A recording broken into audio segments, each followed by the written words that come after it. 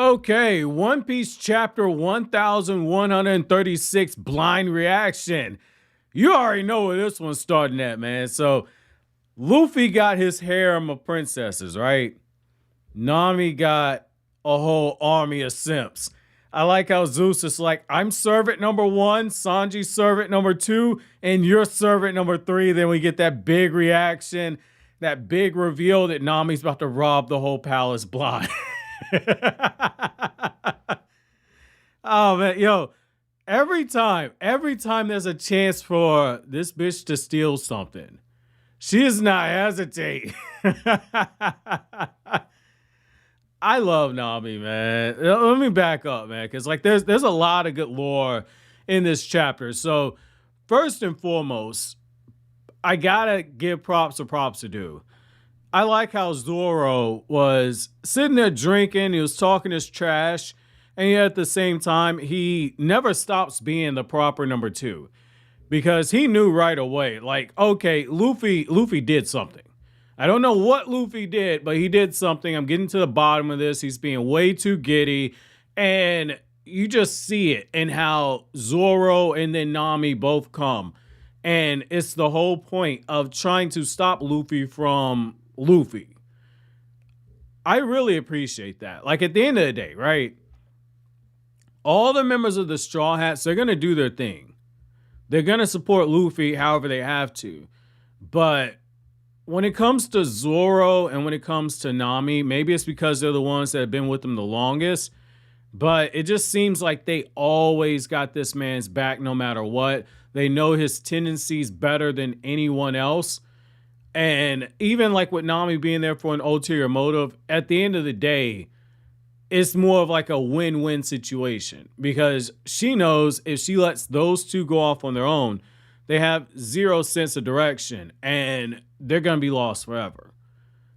And then the other side for her, she gets to just clean out the entire palace. Like it's like you can't lose in that situation. But I did like how both of them just immediately knew Luffy is going to blow this whole thing up. I don't know how Luffy's going to blow it up, so I need to step in and save him. I like that. I like that level of loyalty. So backing things up, I did like the decision to just continue where the last chapter left off, and you got Luffy, and he's doing the eating. You're finding out more about what's going on in Elbaph, about how when humans come there, they usually never make it to the Sun World. They're always down there at the Underworld, and because of what they see on the Underworld, they end up fleeing, and we learn that it's because of all the stories that have come out. There are misconceptions that everyone on Elbaph are just these warriors, and it's because of interactions that they've had with people. That's where you have Usopp kind of step in. It's like, yeah, you know, I know all about Oars. I'm the one that finished them off. And between Usopp and Buggy, I get the feeling Oda's getting ready to troll at the end of One Piece. Like, we're not going to be talking about Luffy in the same vein as Gold Roger. I don't think that that's going to happen. I think some kind of way, all these different stories, these conflicting stories, then you got that propaganda machine in the World Economic Journal. Somebody is going to get credit for all this stuff that Luffy did. It's either Usopp or it's going to be Buggy. And I focused on Buggy for a long time, but just seeing Usopp take credit now, I'm like, man, Usopp's a dark horse. Usopp is a dark horse here. And I don't know, like that may or may not rub me the wrong way because it's funny. Yeah, at the same time, I kind of want to see Luffy get his credit. You know, like it's like it would be the most Luffy thing ever to be like, I know I'm king of the pirates, the hell with it. But man, I hope I'm wrong. You know, Oda has a tendency to subvert expectations, so I hope I'm wrong there. Now, I did like how you got some of the humorous stuff where you see everyone, they're just intrigued. Like, oh, Jinbe, your skin's very blue. And, you know, like...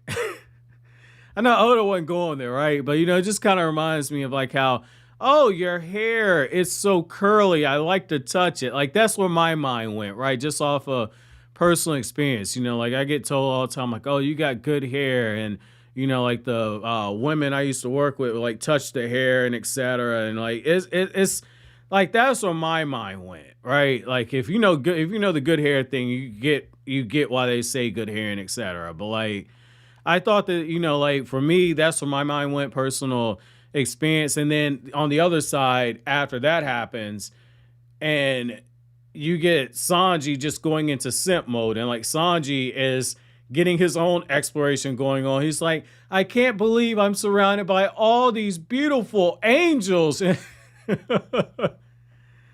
Oh man, yo, Sanji. On one hand, Oda had the opportunity to just make Sanji a man whore, and it sounds crazy, right? It does sound crazy when you say he had an opportunity to make Sanji a man whore. Because like, are we reading the same series? This dude is a simp for every woman that he sees that is above a 6.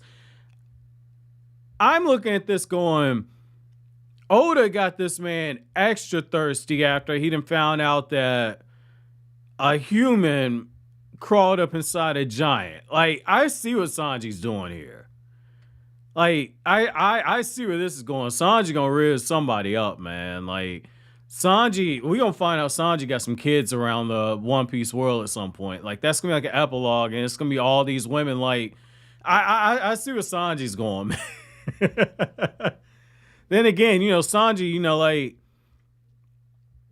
he ain't really got that riz like that. Like, you would think so, because, like, the suits and the smoking and, like, the too cool persona. But, same time, though, like, Sanji, he gets to a point where he's, like, low-key kind of creepy. So, I don't know. But, I did like that. I did like seeing more of the reactions, like, when some of the giants looking at Brook and, like, just what are you? Brook turns it around into, a bit of a comedy routine. Like, I've got the blues, music, the dad jokes that Brook likes to tell. And I like how after it just seems like everything's going completely cool, Zoro's like, yeah, you should be really glad, right? You should be really glad that Usopp stopped us from fighting, because you would have left without your shoulders. And it's one of those things because of how he's drawn. And because I found all those racist Zoro me. Like, you can't tell me Oda ain't aware of those memes, man. Cause like that is intentional. Like that like the way that his eyes and face and everything is like shaded in, or eye and his face is shaded in, like that's intentional. And I did, kind of like how, Gerd kind of steps in. It's like, next time he gets out of pocket, don't feel bad about having to do that. And then that's where we find out more about what happened with Nika, the sun god, and just why everyone is gravitating towards Luffy as much. And I did appreciate some of the Buddhism links there, right? Like anybody that's, familiar with the Naruto channel, that like I'll bring up the Buddhism stuff. And what they're saying about Nika, the sun god, is borrowing from the same Buddhism aspects that Naruto had with the Rinnegan, where like the third data book called it, in the eyes of one person, it is the eyes of a god of destruction and a god of creation. It just depends on what you use it for. And we find out with Nika, the sun god, it's the same thing. And it's because of all the different texts and everything. So to some people, Nika, the sun god, is a hero who has saved the world from disaster. And in the eyes of others, he is somebody that has brought forth disaster. Is this world government propaganda? We don't know. But I did like the fact that we find out that the world was seemingly destroyed twice before this. So now we have a third opportunity that is coming. And Luffy happens to be somebody that can break that, change that cycle. And so I did like what Oda was setting up there. And I like how Luffy, and this is how you know this is a devil fruit that picks the user, because Luffy is sitting there and he's like, well, everyone says that they are reminded of him when they look at me, but I don't really see it like that. It has nothing to do with me. Like, yes, Luffy ate that devil fruit, but the reason I say like it picks the user is that just felt like a act of divine intervention. Like Luffy could have eaten anything on that ship. He just happens to get the devil fruit that Shanks and them work so hard to get. Like that's some fate shit. Like I'm not saying that there's like a god in the One Piece verse that was steering stuff. I'm not saying that, but it just feels like narrative fate. I guess that's like a fancy way of saying plot armor, but I did like how Luffy's just like everyone sees Nika when they look at Luffy. Luffy is like, I'm just me. Like whatever expectations you have of me, if I feel them, great, but I'm not actively looking to do it. Like that's how I interpreted the way that Luffy was looking at all of this. Like he's just a free spirit. And even when everyone's like, don't ruin the fun, Straw Hat, you know, growing up, we idolized Nika. The reason why I like that Luffy is as free spirited as he is it's just one of those things like Oda's teaching a lesson. There are people that have expectations of you and you do have to fill them. But Luffy also teaches us that it's okay to not always live up to expectations. It's okay to walk your own path. If those two things happen to converge, if you happen to fill expectations and do what you're trying to do, walk the path that you want to walk, if that just happens to coincide, great. But don't feel like you have to go out your way to do it. So I did like that part. Now, the other thing is Luffy, and this is where Zoro began to clock this man. Because like when Luffy goes, oh, Loki, is Loki a good guy? That was not so much like Luffy asking a question, because he opens it up with, oh, Loki. As in, yeah, I know all about this guy. And that's what I mean. Like, that's why I like, in particular, just that original trio. Luffy, Zoro, Nami. They know each other's tendencies very well. And now that I'm thinking about, like, I've always said, like, it's hard for me to pick one Straw Hat that I really like. But one thing I have noticed is, like, my favorite Straw Hat, it usually goes between Sanji and Luffy, Zoro, and Nami in no particular order, because it just changes depending on when you ask me what day. But more often than not, it's usually Zoro, Luffy, Nami, the original three. And I'm starting to see why now, because it didn't really, you know, like hit me until this chapter. And then I just really got to think about it. I was like, man, they really have this man's back like that. And so here, as Luffy's hearing all this stuff about Loki, it should be going in Luffy's mind, this guy's bad news. Because he's hearing like, yeah, you know, this guy did all this terrible stuff. A year after giving birth to him, this is what happened. Loki killed his parents. Loki killed his father. Loki did this. Shanks showed up. Shanks had to put a stop to him. And I'm seeing some overlap with Wano, because there was talk about how Elbaph could get connected to the other countries of the world, just like with Wano. So now I'm kind of wondering, is there something else with Elbaph, just like with Wano? Is there another weapon here? Something to keep your eyes on. But when Luffy hears that Shanks put a stop to Loki, and he gets super excited, if Zoro had not caught on before, he definitely caught there. And I like how he just pulls Luffy to the side afterwards. Not until after he finishes his drink. And then when he gets all the information from Luffy, he's like, okay, hold on. So I love you, Luffy, but you're being used right now. And he's like, you talk about Shanks so much. Anybody with half a brain would know that he's using that to take advantage of you. And he's like, based on everything that we've heard, I don't think you can necessarily trust the guy. And then that's when Nami shows up, and Nami's like, what in the hell are you guys getting into? Like, just off the face right then and there, she already knows. And at first, I'm like, man, like, she's like really, you know, she's down for him, right? And then you get like the simp order kind of put in there, because again, you got Zeus, and then you got Sanji being number 2, then you got Zeus going, so that makes you number 3. However, it's one of those things like after you get all the comedy stuff where like Nami's like, look, you think we got something in common? You're talking about us being navigators. Don't you ever get close to me? It's like Nami's like, dude, get the fuck away from me. But once Nami says, yeah, it's a shame all the treasure in the castle's gonna disappear.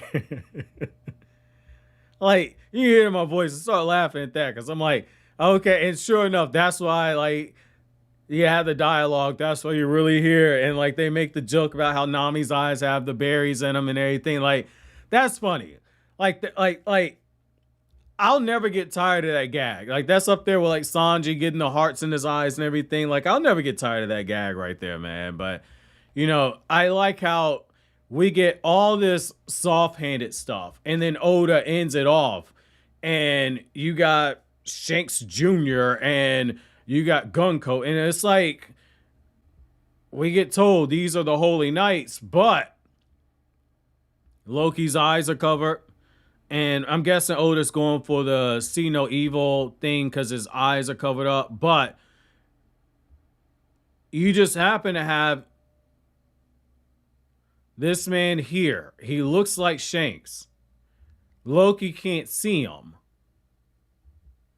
He's speaking to him.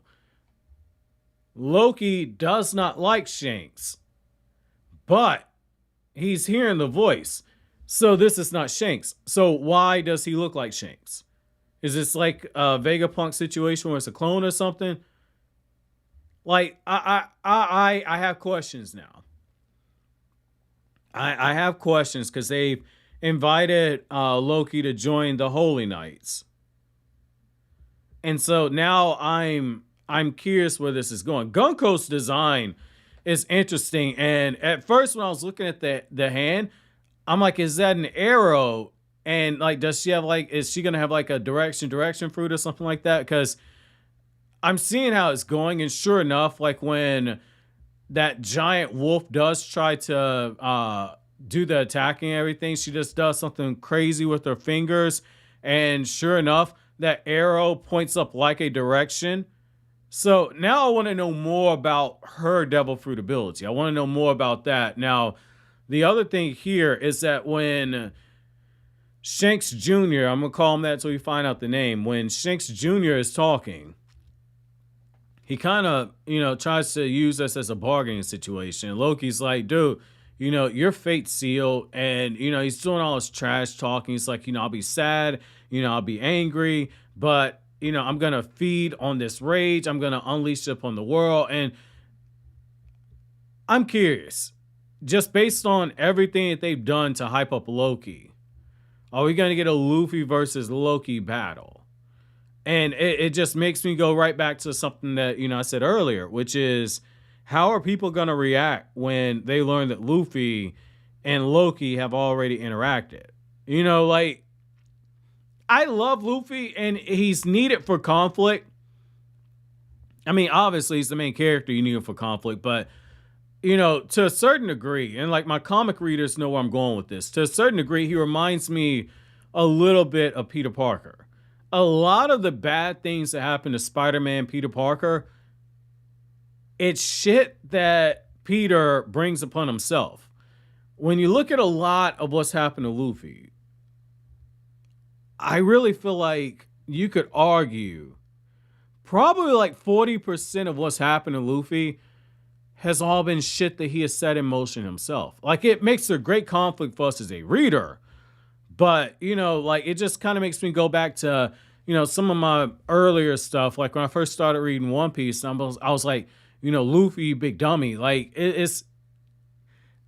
I kind of feel for him. Because, like, I feel like Oda has something cooking with Loki. I just can't tell what yet because we're still kind of early on in the arc. But, the major players are starting to make their moves now. Like, now I need to know because, like, Luffy and Nami and Zoro, they're on their way. And Zoro's like, we're going to determine whether or not this guy's being truthful or not. Loki, Trickster, like, I see where this is going. I just don't know how we're getting there. And that's going to be my chapter question for you guys, which is, if you had to put a percentage on how much of the situations that Luffy finds himself in are his fault, what percentage would you do? And how would you rank the Straw Hats in terms of being able to bail Luffy out, or rather loyalty to Luffy? Who's the most loyal? I guess that's the best way to put it. If you had to rank the Straw Hats in terms of loyalty to Luffy, how would you rank it? But, so always, guys, if you like anything I had to say, don't forget to comment, rate, subscribe, and share. Thank you so much for watching to the end. Have an awesome day, guys.